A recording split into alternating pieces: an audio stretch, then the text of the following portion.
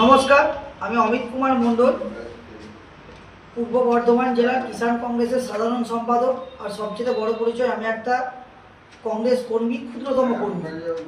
আমার আদর্শ রাহুল গান্ধী, রাজীব গান্ধী, ইন্দিরা গান্ধী। আমরা সম্প্রতি দেখলাম 2026 সালে বিধানসভা নির্বাচন হয়েছে। যিনি আমাদের প্রার্থী হয়েছিলেন মেনে নিয়েছিলাম। উনি কাকে জিতানোর চেষ্টা করেছিলেন জানি না। উনি কাটোয়া টাউনে একখানেও মিটিং প্রোগ্রাম করেননি। আর দ্বিতীয় কথা হচ্ছে, কাটোয়ায় 4খানা কাউন্সিলর উনি জিতিয়েছিলেন 2022 সালে। তারপরে উনি নিজের ওয়ার্ডে তো হেরেছেনই, কোনো ওয়ার্ড থেকে উনি 3টে ডিজিট পার করতে পারেন। মানে কোনো ওয়ার্ডে 100 ভোট বা নিজের বুথেও 100 ভোট পায়নি। যাদের এগেনস্টে কাটোয়ার মানুষের এত এলিগেশন, তারাই যদি কাটোয়ার বড় বড় নেতা হয়, তারাই যদি ডাইসে সব জায়গায় থাকে, যারা কংগ্রেস করছে, আগামী দিনে ওই 4200 ভোটটা পুরো নোটার সাথে সমান হয়ে যাবে। মুখে বড় বড় খুব ডায়লগ ছিল যে আমি এত ভোটে জিতবো, আমি সিপিএমের চেয়ে বেশি ভোট পাবো, তৃণমূলকে তো হারিয়েই দিয়েছি। কিন্তু রেজাল্ট কি দেখলাম? একদম 3, মানে জামানত বাজেয়াপ্ত। আপনারা দেখেছেন যে সাম্প্রতি বিধানসভা নির্বাচনে 2022 সালে 16 নম্বর ওয়ার্ড থেকে উনি ক্যান্ডিডেটই খাড়া করলেন না, এবং কি তৃণমূলের প্রার্থীগুলোকে কংগ্রেসের ক্যান্ডিডেট দিয়ে দিল, আর কংগ্রেস থেকে জিতিয়ে দিল, তারা আবার তৃণমূলে জয়েন করে দিল।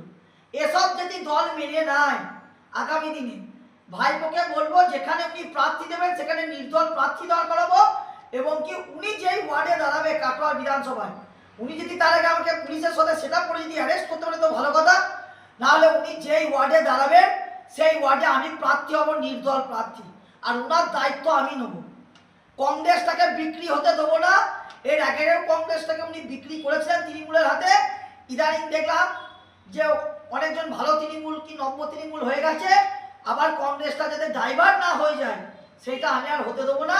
কারণ সাম্প্রতিক গান্ধীজির গলায় যখন কালো বস্তা যখন লাগানো হয়েছিল, বহু জায়গায় মেসেজ করে লিখেছিল যে কোনো কারণ মিটিংয়ে যাবেন না, আমি গেলে তবেই যাবেন।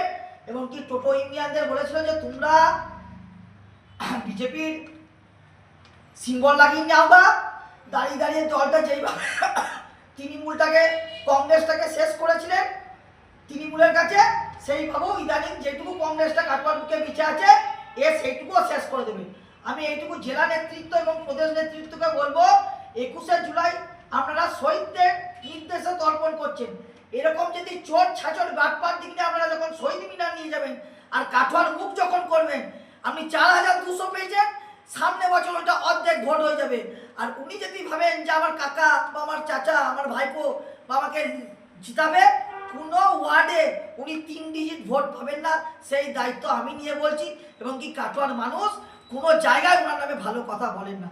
আর আমার যদি কথা ভালো লাগে বা খারাপ লাগে, আপনারা আমাকে ক্ষমা করবেন। আমি যদি কোনো দল বিরোধী কথা বলি, আমাকে ক্ষমা করবেন। আর এই বলেই আমার বক্তব্য আমি শেষ করলাম। আপনারা দেখছেন হচ্ছেটা কি। দেখতে থাকুন, আমাদের পছন্দ ও শেয়ার করুন।